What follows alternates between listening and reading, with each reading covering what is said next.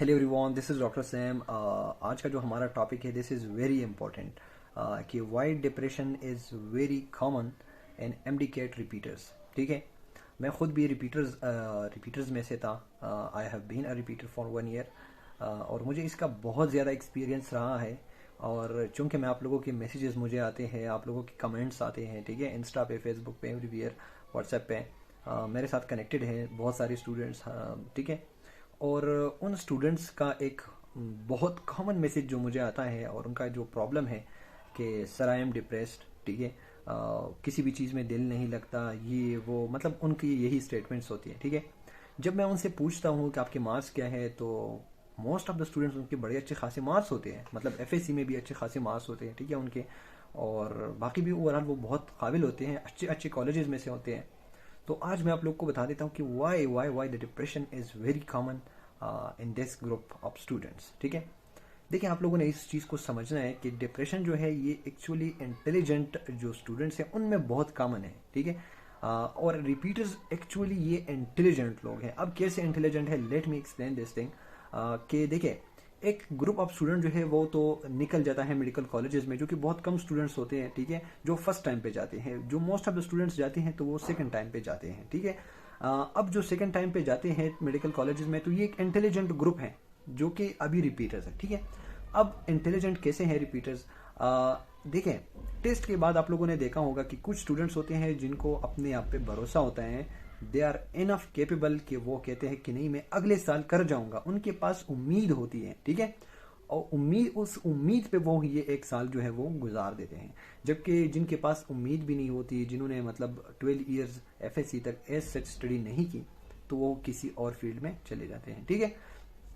अब देखें, उम्मीद भी है उनके पास, उनके एफएससी मार्क्स भी अच्छे हैं, मैट्रिक मार्क्स भी अच्छे हैं, तभी तो वो रिपीट कर रहे हैं ना। अगर उनके मैट्रिक और एफएससी में बहुत कम मार्क्स हैं तो फिर रिपीट नहीं करेंगे। उनको पता होता है कि यार मैं इस कंपटीशन में नहीं आ रहा, लेकिन जो कंपटीशन में आ रहा है तो वो रिपीट कर रहा है। So they are actually intelligent people. ठीक हो गया, ये बात क्लियर है कि repeaters are intelligent. Why they have the hope, they have marks and they are capable for competition. अब चूंकि मैंने बता दिया कि रिपीटर्स इंटेलिजेंट लोग हैं, तो इंटेलिजेंट लोगों में डिप्रेशन बहुत कॉमन है। और उसकी रीज़न क्या है, और ये लोग जो है, ये ग्रुप जो है, वाई दे आर सफरिंग, और ये कैसे इस चीज़ को कंट्रोल कर सकते हैं। अब इस चीज़ की तरफ आते हैं, ठीक है। देखें, हमारे पास एक डिसऑर्डर साइकोलॉजी में आप लोग पढ़ लेंगे इंशाल्लाह, मैनिक डिप्रेसिव डिसऑर्डर। उसमें दो सिचुएशंस आती है इंसान पे।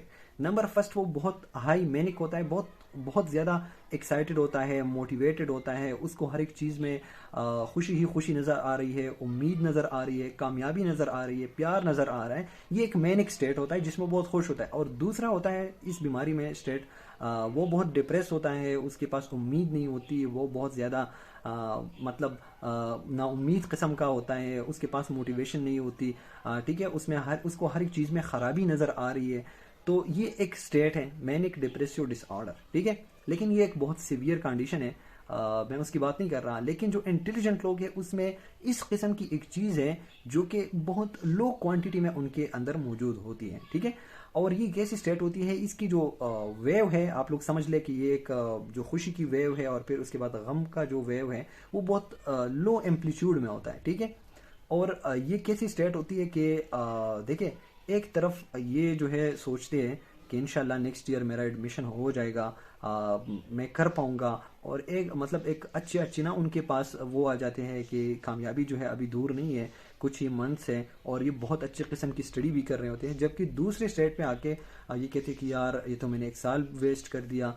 मतलब दो किस्म के थाट्स उनको आते हैं, ठीक है। और इन थाट्स में जो ख़राब वाली थाट्स है, जो नेगेटिव थाट्स जब आना शुरू हो जाते हैं, तो इस स्टेट में स्टूडेंट्स बहुत ज़्यादा डिप्रेस हो जाते हैं, ठीक है। तो ये actually this is a sign of intelligent students. तो आप लोगों ने इस चीज़ को जो है नॉर्मल लेना है, ठीक है। द वेरी फर्स्ट थिंग कि आप लोग कोई वो डिसऑर्डर में नहीं है, जो मैंने अभी आप लोग को बता दिया कि मैनिक डिप्रेसिव डिसऑर्डर, वो एक अलग सी चीज़ है और वो बहुत खतरनाक। लेकिन उस किस्म की कंडीशन रिपीटर्स के साथ होती है, बहुत लो एम्पलीट्यूड में, ठीक है, बहुत लो क्वांटिटी में उनके अंदर भी होती है, ठीक हो गया। तो इसी चीज़ को आप लोगों ने कैसे कंट्रोल करना है ये मैं आप लोग को बताऊंगा। और बाकी जो रीजंस है why they are very depressed, तो उसमें ये भी एक बात है कि जो रिपीटर्स हैं इनके साथ एक बेंच पे एक क्लास में बहुत सारे स्टूडेंट्स थे, सपोज ये 5 स्टूडेंट्स थे, फ्रेश थे, उनमें से 2 की एडमिशन हो गई, 3 बाकी रह गए, ठीक है। अब इसी वजह से चूंकि इनके दोस्त जो है वो मेडिकल कॉलेजेस में चले गए हैं या अच्छी अच्छी फील्ड्स में गए हैं, तो उनको लगता है कि यार वो फला तो इतना काबिल भी नहीं था, उससे तो मैंने बहुत ज़्यादा स्टडी की थी, मैं रह गया, उसका हो गया। तो ये एक चीज़ है, ये इसको मैं जेलसी नहीं कह रहा कि आप जेलस हो रहे हैं या आपको उसकी कामयाबी पे जलन हो रही है, ऐसा कुछ भी नहीं है। लेकिन इंसान को ये होता है कि यार मैंने ज़्यादा पढ़ा था, उसका हो गया, मेरा नहीं हुआ। तो इस चीज़ की वजह से भी एक बहुत ज़्यादा रिपीटर्स के अंदर एक वो आ जाता है, ठीक है।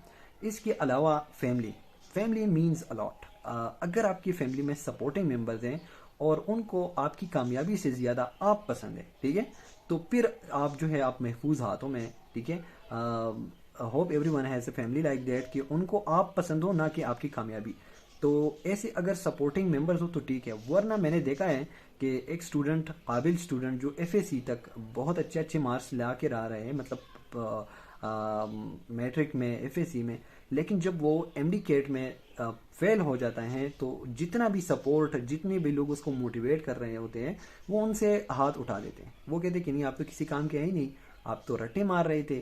मतलब आपको अजीब अजीब सी बातें सुनना पड़ेगी और उन लोगों से आप लोगों को सुननी पड़ेगी जिन्होंने खुद कुछ किया ही नहीं है लाइफ में, ठीक है।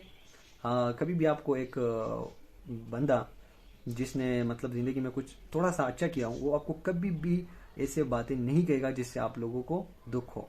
तो कभी भी आप लोग अपनी फरियाद अगर करनी है किसी ऐसे बंदे से करें ना, जो थोड़ा सा आप लोग को लगता है कि ये बंदा एक्चुअली सपोर्टिंग है और इसने लाइफ में कुछ किया, तो वो आपको कभी भी डिग्रेड नहीं करेगा।